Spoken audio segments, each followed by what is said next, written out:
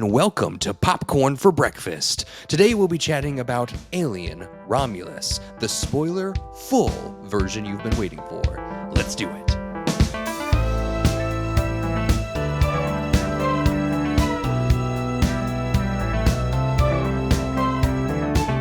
This is Popcorn for Breakfast, presented by St. Louis Area Smoothie Kings. Now, here are your hosts, Cam and Kirk. Welcome, everybody. My name is Kirk. That's Cam. We are your co-hosts of Popcorn for Breakfast. And today we are, of course, chatting about the debatable 7th installment of the Alien movie franchise. I think it should be the 9th installment. No. If you count. So you've got Alien, Aliens, Alien 3, Alien Resurrection, Prometheus, Covenant. Romulus, that's 7. There it is. That's it. But then it's AVP, Alien vs. Predator and Alien vs. Predator Requiem, which I was scouring the internet really for anyone to tell me that those movies are not canon, because I just would love for that to be the reality, and I think they technically are. Though they take place before. This makes no sense. They take place before Prometheus, so it just doesn't. I mean, you can remove them. Yeah. But for our Alien rankings later, which we're definitely going to do. Yes, we are. I think we have to include them, or you can just say, I disavow Alien versus Predator and Alien versus Predator Requiem. That's the camp I'm in. I'm currently wearing red and black in honor of the incredible posters and art that we have seen from Alien Romulus. It's a Godfather shirt, but whatever. I don't have an Alien shirt just yet. But I have to say that in honor of the spoiler full episode that you're getting right now, I thoroughly enjoyed this movie. So we are reviewing Romulus today. What did I say? Oh man, I came ready to do Resurrection, but it's no, I'm just kidding.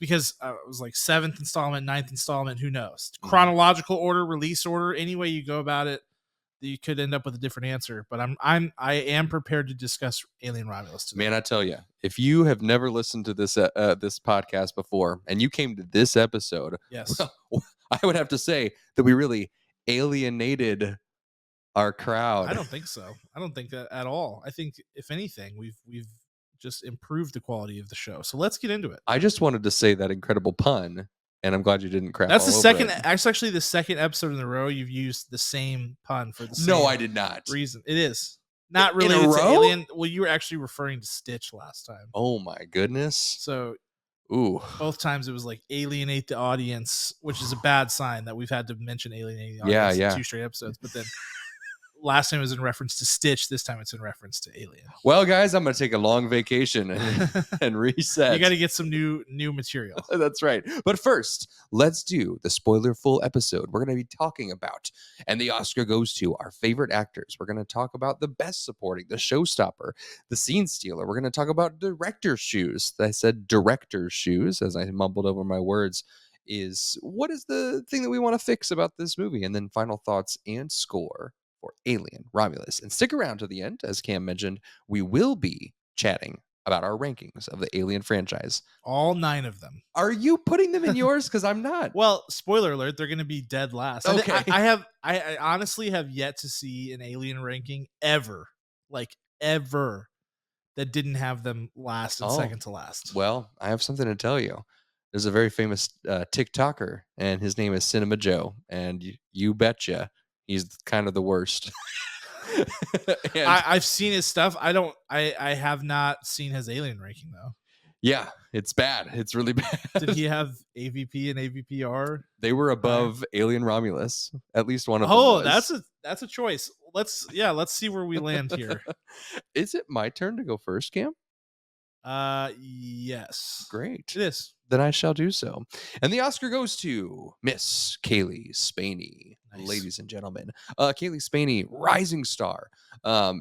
Just like bursting out into these incredible big blockbuster movies, as well as these thoughtful indie art house pieces all before this. But she really is either her or her management team choosing thoughtful pieces for her. I absolutely love how she arcs all of her characters. Thankfully, she's got great scripts, but also thankfully she has incredible talent. I mean, I'm not kidding you. Like from the moment you start, you're like, oh, we're going on a journey. I've seen the trailer, and this is not the person I saw in the trailer. We get a very different beginning, Kaylee Spaney. What's her character name? Let's go with Rain, like the rain is falling, versus the end of this film. It is very impressive. There are core attributes that she carries from the get go throughout, but there is a growth that you see in her heart, in her understanding of the world, in her fear to letting people in and letting things go, and how brave she can be, and what she's capable of. And I really think that seeing Kaylee Spaney in this kind of role was very exciting. There are lots of these parallels to her and Sigourney Weaver's character, the famous Ripley, that kicked the entire franchise off.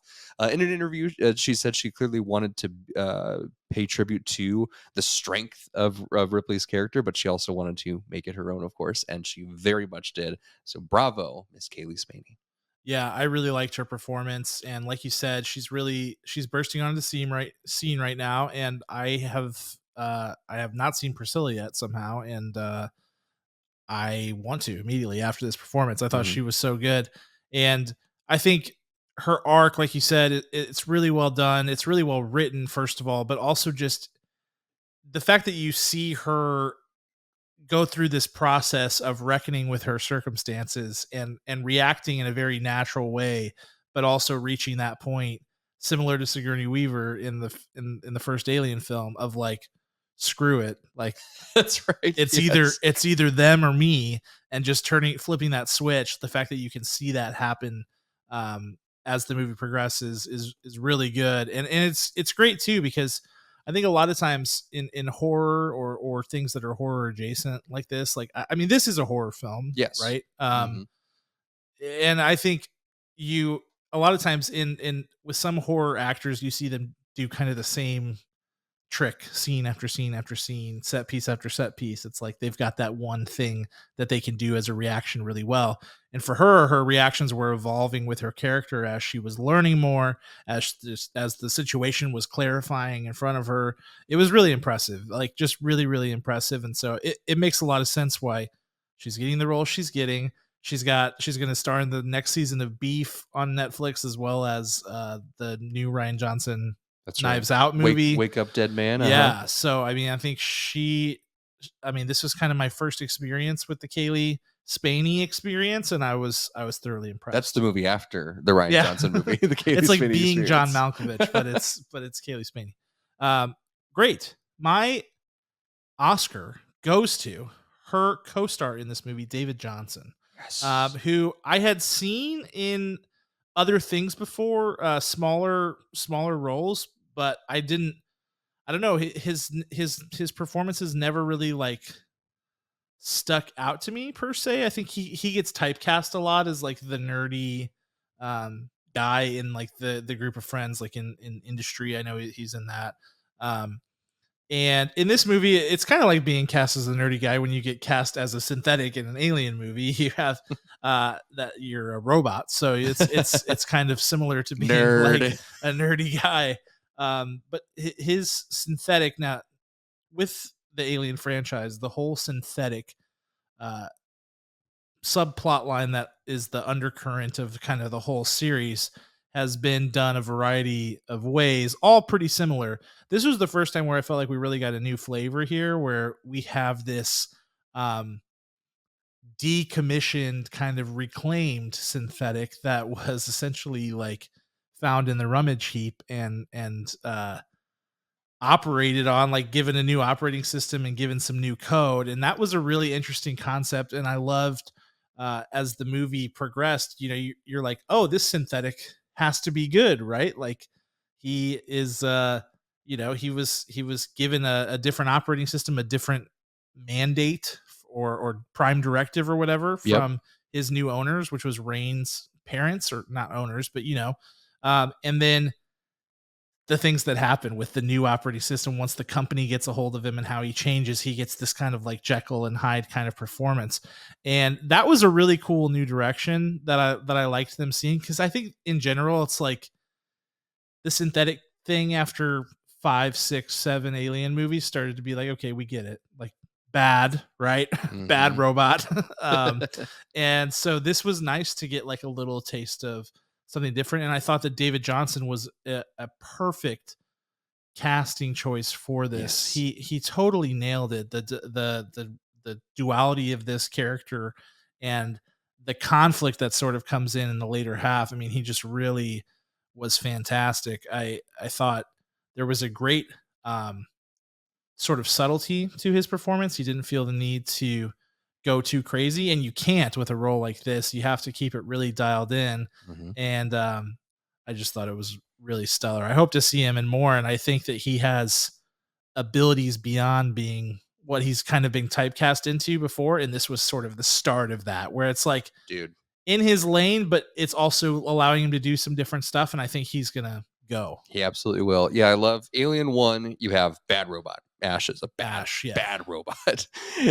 Alien 2, you have like, oh, he's a genuinely good robot. And Ripley has to Yeah. learn how to overcome that. I don't think there's a droid in the third one in Alien 3, but then Yeah. Winona is the secret droid in Alien Resurrection. Yes. By the way, this is spoiler across 9 films. Yeah, every Alien film. So yeah, sorry about that. And then, of course, we know out the gate that David in Yeah. Prometheus is a bad robot. Like, Fassbender. no question about Very it. bad. And then you have bad and good robot in With Walter and David. yes, Yes. in Covenant, Alien Covenant. And this one, I love it. It's like you said, he's been programmed differently. He has been decommissioned, so he's had this almost like lifetime to protect Rain, Kaylee Spaney's character, and learn from her, learn life with her, learn how to secretly live as a human, but try to he's a robot through and through. So that duality is fantastic. I love how you said Jekyll and Hyde. The other thing I love is that there is a clear switch when he's like, I have to. Yeah. When he like sprints and he's like, I have to kill it, and like the human who's whoever's infected at that point, and he just like sprints and takes off. They're like, no, don't kill our friend. The shift in his entire physicality and his vocal is so powerful. Mhm. And I think that moment right there just gave him like 10 more roles. Yeah, that's the other thing. He's got like kind of the stammer of like the glitchy android at the beginning, and Uh-huh. he's got like some like mechanical twitches and things like that that go along with his character, and then he turns into like cold killer robot, and Yes. it's just so it's masterfully done. Yes, Really good. the commitment. That's what we're always looking for here. When you win a role, when you win an award from Cam and I, if you're committed to the role, no matter how like flashy it is or not, but if you're committed to it, you're gonna get an award. Which leads us 100%. to our scene stealer. This one was a flashy one for me because I was shook at the level and the lengths and the depths that this actress had to go to. Miss Isabella Merced Absolutely. gets my scene stealer Absolutely. performance. I mean, you start out with, "Hey, I'm the cool friend. What's going on? You know, we're gonna hang. We're going to space. No big deal." Pff. And then by the end of it, you just can't believe every horrible thing that happens to her just keeps getting worse and worse and worse. You're like, oh my goodness, she's pregnant on an alien ship. That's a Yes. terrible situation to be in. Oh my goodness, she's witnessed someone die in front of her. She's survived this face hugger coming out of her best bud. Tossed around the ship. She's like kicking. She kicks the ship. You know, she kicks everything and starts destroying the other part of the ship. And then, of course, she ends up birthing a giant alien baby, hybrid man, wolf, alien, xenomorph. Like, it is insane the things that she goes through. And sometimes this role can be cast as like a scream queen kind of thing, like you're just like horrified at the things that are happening. But Isabella Merced, who has just been, I've had my eye on her. I think, was she in Blue Beetle? Is that correct? Am I I can't even remember if she was in Blue Beetle. She probably was. I mean, I know she was obviously in Madam Web. She was in Dora the Explorer. Yeah, she was the Explorer. live action Dora in Dora the Yeah. Explorer. Wherever I saw She Isabella, was not good in Madam Web, but actually no one was good in Madam Web, so that's not her fault. We don't hold that against her. It's true. It's true. Wherever I saw her first, Rosalind is the first one. I saw her and Caitlin Dever in Rosalind, a Hulu original. I was like, she's really good. Like, let's keep this going. The commitment to not just be a one note scream queen, the commitment to somehow fight your character through these crazy things is always impressive because it's so easy to just scream. Yeah, and her character is responsible for a really big kind of twist, I think, in this movie. They set up this plot line of her being pregnant, Hmm. and you're kind of wondering, like, to what end? You know, her being pregnant, like, what does that mean? And so when she gets killed, or we think she gets killed, Oh, she's dead. her brother finds no, not at the end. Oh, that part. The first time she gets killed, we think that her brother's like, the whole point of her being pregnant is so that her brother can have that moment of like, oh my gosh, my sister was pregnant, she just died, like rage. Yes. And it is her brother, right? Yes. Yeah. Okay. Yep. I was like, hold on. You are correct. But then they hit you with like, nope, she's still alive, she's still pregnant, and oh, by the way, she's gonna give birth to the evil alien offspring baby thing. And yeah, like you said, just gets more horrible. So she has a lot of not screaming, but a lot of horrors to live through and to convey, and she does a great job. She does. She essentially does. So that leaves me with the onerous task of deciding who should be my scene stealer. I'm actually going to go with the other female in the supporting cast here, Eileen Wu, who played Navarro, who's like the pilot. She just an interesting character. We don't get a ton about her in general, but she tells us exactly who she is through her performance, through her physicality, through the tone that she uses, the way that she delivers her lines. It's just like we get the sense that she's like a no nonsense, like she's a good friend, but she's in the sense that she'll do whatever it takes to protect you guys. But you know, she's I don't know. I feel like everybody knows a person like this who's just like they're gonna do it their way and they're gonna get it done. And I thought that she conveyed that so well. Whereas like we don't know, we get backstory on every other person Except her, really. Just that like she's the pilot and whatever. And I felt like she did a great job with that. I felt like she just slid right into that role. Yeah. Developed a character, developed a persona that was a great sort of counterbalance in this group of people. You know, everybody sort of again fills that role in the sort of social dynamic of this group. And then of course she's the first real victim of this whole thing with the face hugger.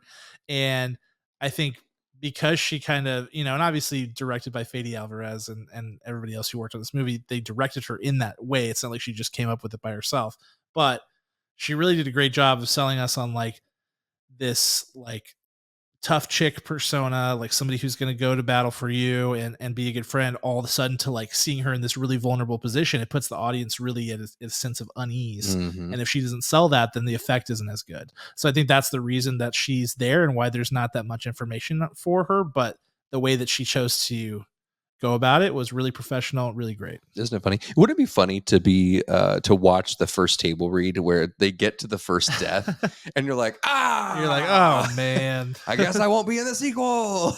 You know? Yeah. That's got to be funny. Like that, immediately finding that out, especially as that character, you're like, what's going on here? Who's gonna fly them out of this? Right. Absolutely. Immediately destroyed. Well, let's talk next about our favorite part of the production, the exciting sets or the music or the fear. This is what we call showstopper. And this one's tough. This one is tough because there's a lot to love here. Mm-hmm. I'm going to have to go specifically with the set design throughout the entire film.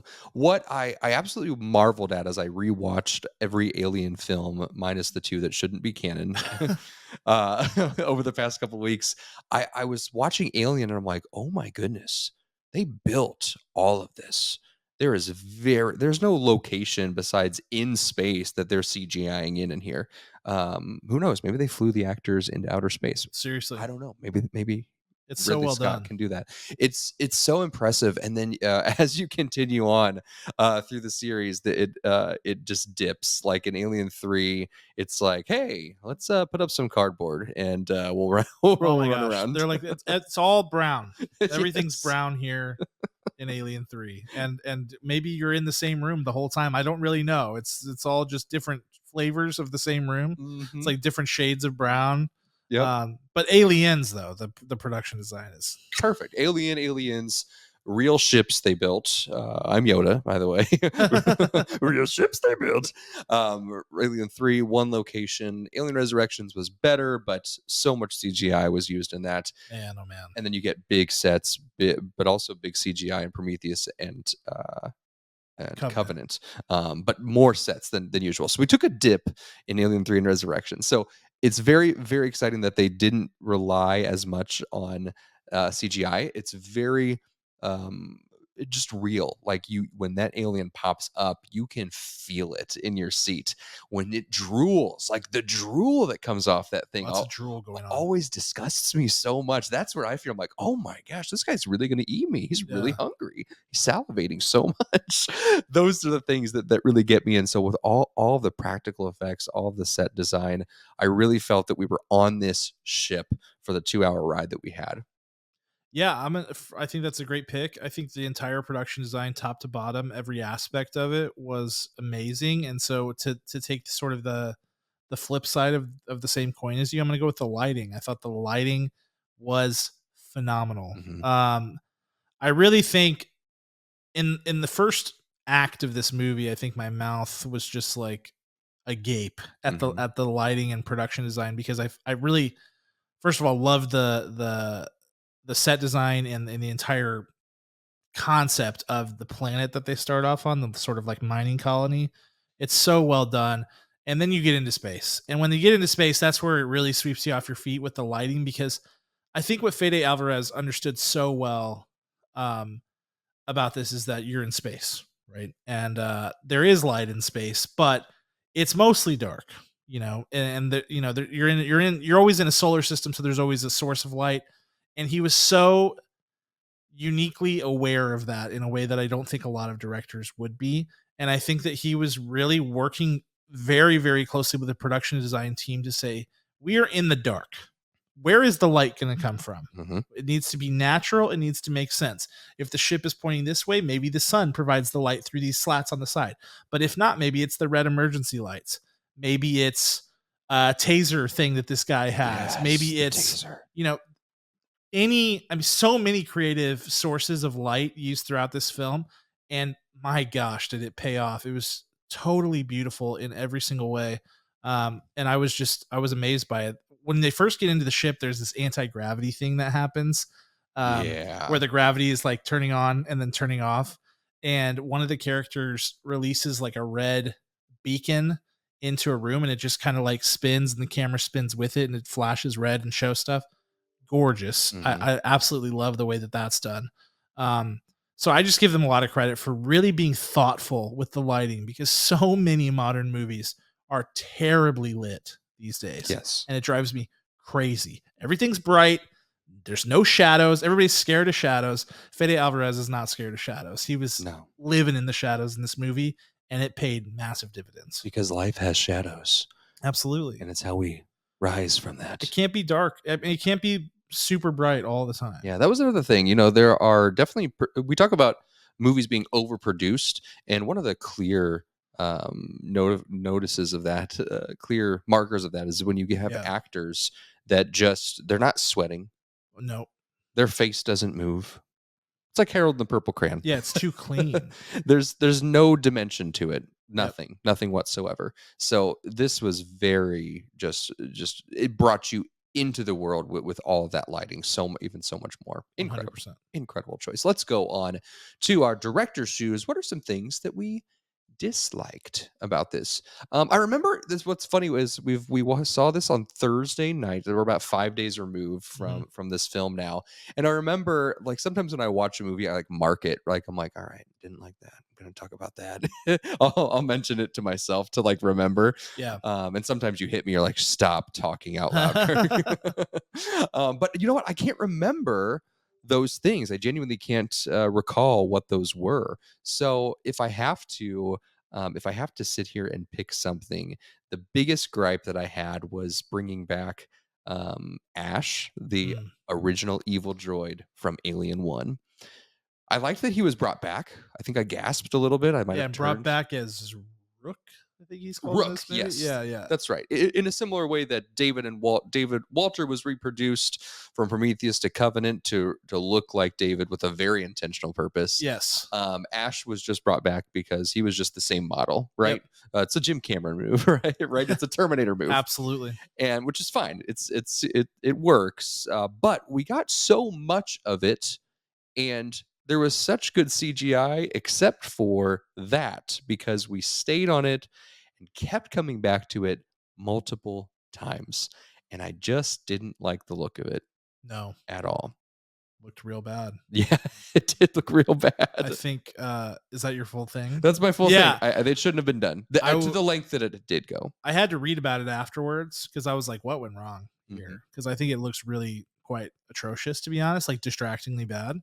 And they used a combination of animatronics as well as CGI, AI, deepfake type technology. And you ever watch that show, The Great British Baking Show? Yeah. And they sometimes say, you've overworked it. That's what this was. It's like they were using all the technology to make it happen, but they didn't they felt like they were doing all the right things, but then the finished product wasn't what was supposed to be. I feel like they probably should have just gone with an animatronic. Yep. And if it couldn't work, then make it not work. Right. And I also felt like with this character doesn't need to be here at all. He's completely inconsequential to the plot. He's there basically to explain to Andy, the synthetic, that what the new mission is, which he would have gotten from the OS chip thing anyway. Which I think it's fine if you visually to the audience deliver it.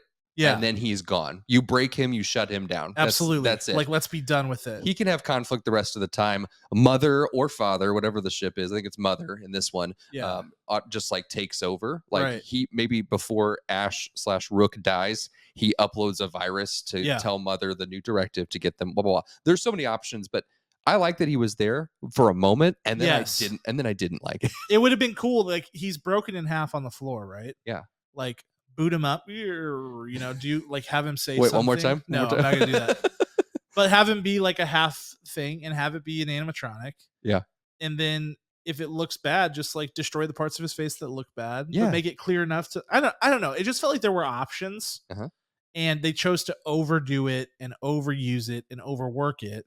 And it looks really bad. Yeah, as they say, like you said on what a reference, the great British Bake Off for Alien. It's overdone. Yes. So I think that's a great pick. That definitely would have been my pick. I think for me, it's the third act of this movie that struggles, and not because of this guy Robert Bobrovsky who plays the Offspring. Did you know that was like a person? No. Yeah, that's crazy. He looks a lot like it, to be honest with you. Oh my gosh, I'm looking it up right now. But he goo. He's like a xenomorph human combo. And it's jarring and it's scary and it's cool. I actually like it. I'm one of the Alien fans who enjoys when they do weird xenomorph combos. Like, I don't think it just has to be the one like pure xenomorph thing. But it's just, it goes on too long, this whole third act, where the whole shift just doesn't really work and it takes too long for it to all play out. And it's just too much. It's overindulgent is how I would describe it. It's just like, oh, I've got one last trick for you. Let me just squeeze this in to kind of put a bow on it.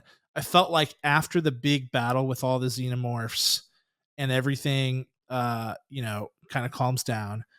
It is typical of Alien movies to hit you with one last thing. Happened in Alien 1. It happened with Aliens. It happened certainly with Covenant, Prometheus. Resurrection, for sure. Truly all of them. Like minus Alien 3, I think. Yeah, there's one last hook that happens, but it's usually shorter. Like in Covenant, which I think has one of the best endings of the whole series, the reveal that David is David and not Walter is great, but it's short, it's punchy, it leaves you with something to go, you know. Right. Alien, it's her versus the xenomorph in the escape shuttle once you realize like she didn't actually get away, but it's short, you know what I mean? And so for this one, it felt too overindulgent. It just went on too long. Took and it was just impossible to stay on a knife's edge for that long, which is a difficult balance for every horror director to keep their audience on that knife's edge.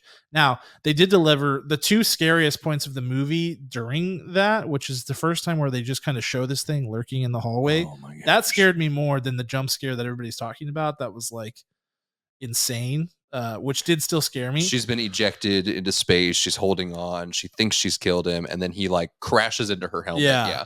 Which like both of those are great and they deliver what they're supposed to do, but the whole sequence is still too long for either of those to provide that lasting punch that you want at the end, and that's what he needed. Mhm. So that's what I wouldn't have done.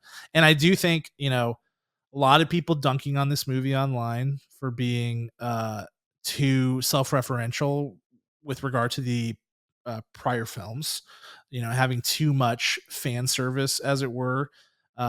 The Ash thing is probably the best example of that, I would say.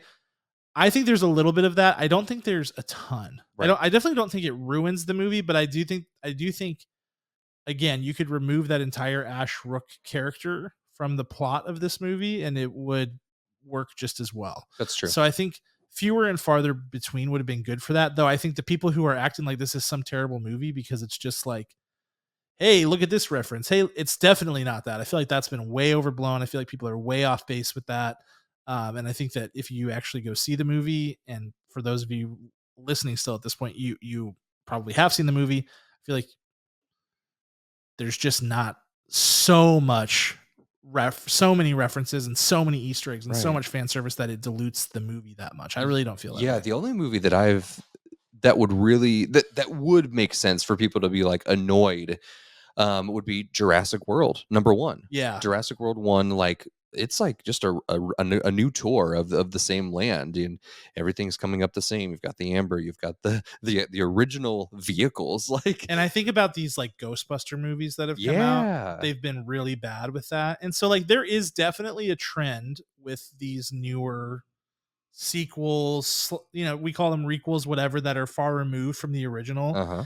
There is a sort of a nasty trend to over reference the original work to be like, see, Yeah. we're basing it off that. Remember this? This was, you loved this.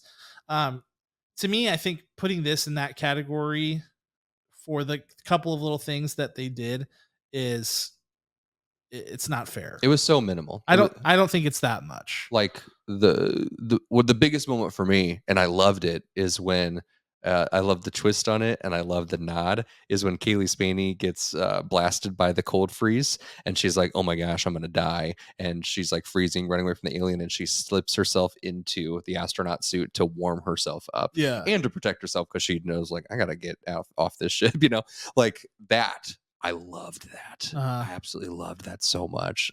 Yeah, I don't understand.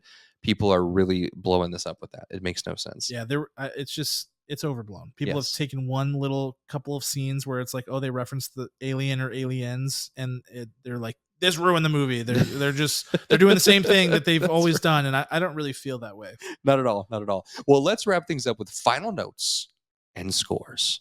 This is big. Yep. This is big.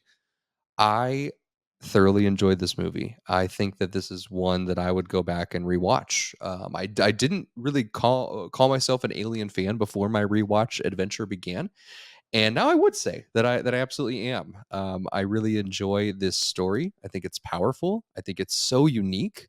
Like it really was the first sci-fi horror movie to really take off, and now people try to do it a little bit. I don't think that they're anywhere near the power of this narrative of this straight up alien. Like anyone who wants to mimic it, they have to have a really big angle, a really big gimmick, and that's hard, very hard to do. My biggest gripe, I should have talked about it a moment ago, but my biggest gripe has to be that this takes place between Alien and Aliens. Why didn't the ship crash into the Nostromo that messes up Ripley's cryo sleep and jettison her off to fall asleep for 57 years, For right? Alien 3. For before she hits Alien 2, right? Oh yeah. Right? Yeah, Like yeah. this should have jettisoned her off, messed up her trajectory. That's why it kept her asleep. That's Mhm. the only thing I wanted to see. I'm not saying that I wanted to see Sigourney in the cryo tube, Right. but I wanted to see it crash against the whatever was left of the Nostromo escape pod, and you're like, it's her. Yeah. Like Yeah. maybe that would have been too much fan service, but I think that it would have actually made sense to say, hey, specifically this movie takes place between those two movies. What's the point if they're not going to definitely crash through? So that's what I really wish to happen. But overall, the lighting, the set, the stories, the engagement, even though the third act was long, it didn't have multiple endings, which I was surprised by that. This movie didn't have ebbs and flows where it would like just jeer you up like, oh my gosh, I'm gonna have to grab Cam's arm because I'm gonna be screaming in fear here in just a moment. It had me like, I can't look away because so much is happening. Both are good. I think I prefer the get me ready and kill me with anticipation and then make me horrified at what I see. I think there weren't enough of those moments, which is, that's a choice from the director. For me, it's a big score. I'm going 8.0 out of 10. Nice. I love it. Yeah, I am a big fan of this movie. I thought it was really good. I think it's one of the better made movies of the year so far. And Yes. for me, like, you always get bonus points if the film making quality is good. And I, especially now, like there was a point of my life where that didn't matter as much. It was like story, and acting. But in the modern age, I feel like a lot of movies just aren't ultra well made these days. I find the lighting and the framing and blocking and all of these different things that are like basic filmmaking tenets just aren't upheld in the same way that they used to be. And this movie did uphold them. So I think Fede Alvarez once again proved himself as a really capable director who can handle big blockbuster budget and franchise, etc. And I think this is a really enjoyable movie. I don't think it's perfect. I think it's got some issues from a story front for sure. There's we've talked about a lot of them, so I'm not going to rehash that. But I think that this is a really good Alien movie. I think this is back in the direction that Alien fans should want them to go. Now I understand that there's not a ton of runway after this movie for them to go because it is sandwiched in between. It's kind of like Rogue One Star Wars in a lot of Right. ways. Like there's nothing coming after this because there kind of can't be. Um, and in some ways they did introduce some questions that didn't get answered by the things that take place chronologically after this. But all that being aside, I think it's really good. I really enjoyed it. I'm giving it a 7.8 out of 10. Beautiful. Beautiful. Mutual scores here. Pretty close, pretty tight. But where does it land in your Alien Yes. ranking, Cam? Can I go first on this? You can. Should we start at the bottom? We can because I have a feeling that those AVP canon / non-canon So are we including movies, them? You can. I won't. I refuse. Okay, well, I'll buzz through that real quick. I'll start at the bottom. How should we do this? Should we go back and forth? We should have talked about this. Just lay it out. Just all Of nine. them. All Okay, nine. I'm gonna start at the bottom. AVPR is last. AVP Requiem. I love how you have the full acronym for it. It is literally unwatchable. I've never made it through the whole movie. I've tried to watch it twice. Both times I turned it off not very far in. It's real bad. I shouldn't say not very far in. Probably like 45 minutes in. Oh, that's far. Yeah, where it's just like, okay, this is unrelentingly bad. It's never going to be good. I should just save myself the time. Alien versus Predator. I enjoyed it when I was a kid and I saw it in theaters. I remember seeing it in theaters and be like, oh yeah, this is awesome. But it's really just a gimmicky concept and not very good. So now we get to the real Alien films. The real 7. Alien 3 is last Mhm. for me. Sorry, David Fincher. I'm pretty sure I read somewhere that he doesn't like that movie either. It was his directorial debut. I hate the like prison ship situation with the weird religion thing that's going on, and there's just a lot there that I really don't like. Good ending. but that's about it. I mean, like good ending compared to the rest of the film, Okay, I would true. say. And then after that movie, I'd go Resurrection. Um, it's weird and quirky and very different, but it's not as bad as Alien 3. Mm-hmm. Then I would go Covenant, which I felt like was just them being like, we need to make this feel more like Alien because Prometheus didn't feel like Alien, and people were like, that was weird. But I like Prometheus better, so I have Prometheus above Covenant, and then I go Romulus, number 3, and then I go Alien, the original, and then number 1 for me is Aliens because I just love the scale of Aliens. I love that in the first movie. I love both of the first 2 movies so much. The first one is so claustrophobic and so like, you know, sort of like a tour de force, like nature versus mankind. Obviously not like nature, we come to find out later, but but then the second one is like, okay, so we went from one xenomorph to like tons, Yes. and now we're like mowing them down with machine guns and heavy weaponry and mechs, and like, oh yeah, it's like a war movie now, and it's so well shot and so well done. I love the scale of it. I'm obsessed with it. What So I love good. so much about Aliens 2 is it paved the way for Avatar.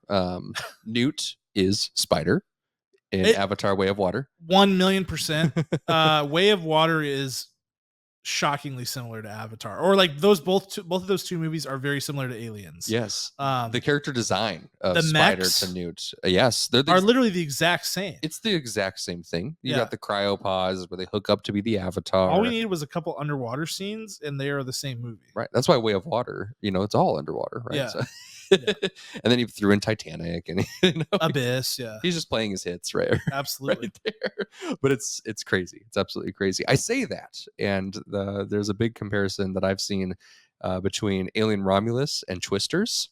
There are Oh boy. between the character. I'll have to talk about that separately. Maybe in a separate TikTok about why they're related. But here's my score. Very close in my rankings. Alien 3, dead last, number 7. Terrible. Just terrible. Real bad. Alien Resurrection, right above it. I thought that Alien 3 just should, it's almost an Alien versus Predator area category. Like it's Resurrection? No, so Alien 3 is. Yeah. Oh yeah, I agree. Because Alien Resurrection had to retcon the fact that she died in Alien 3 in a blazing glory of fire. And somehow Sigourney Weaver, with her acting chops, pulled it off. Yeah. It was incredible. So Alien Resurrection. Prometheus is my next in line. I do think Covenant is better for my tastes, my particular tastes. Then I have Romulus, also in spot number 3. Alien Romulus. Aliens, plural, number 2, in spot 2.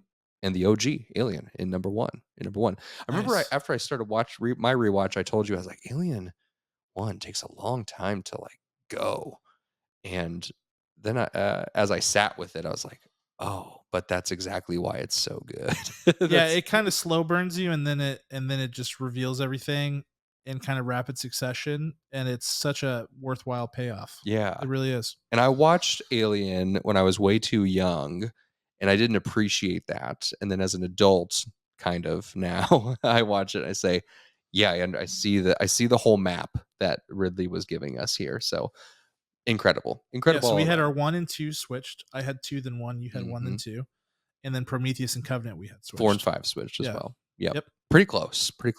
What's your taste? What's your Alien ranking? We want to know. Are you an Alien 3 fan? Are you diehard? Well, is that what you're gonna die on, the hill you'll die on for Alien 3? We'd like to meet you and talk with you about maybe changing our mind, at least swapping Resurrection for 3. I do feel like 3 and Prometheus have benefited the most from time passing. And okay.